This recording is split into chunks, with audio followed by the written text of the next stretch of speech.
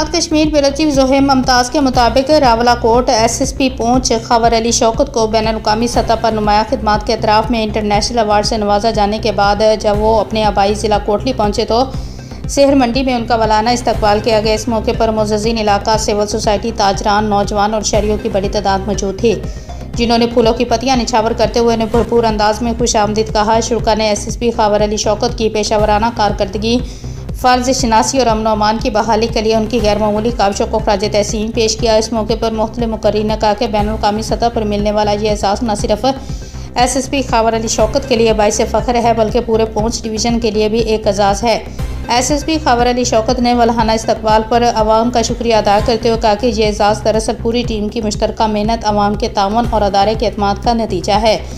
उन्होंने इस अज़म का इज़हार किया कि वो मुस्तक़बिल में भी अपनी पेशावराना ज़िम्मेदारियाँ मज़ीद बेहतर अंदाज में निभाते रहेंगे। तकरीब खुशगवार माहौल में इख्तिताम पजीर हुई, जहाँ शहरियों ने एक बार फिर SSP खबर अली शौकत की कामयाबी पर दिली मसरत और नेक ख्वाहिशात का इज़हार किया।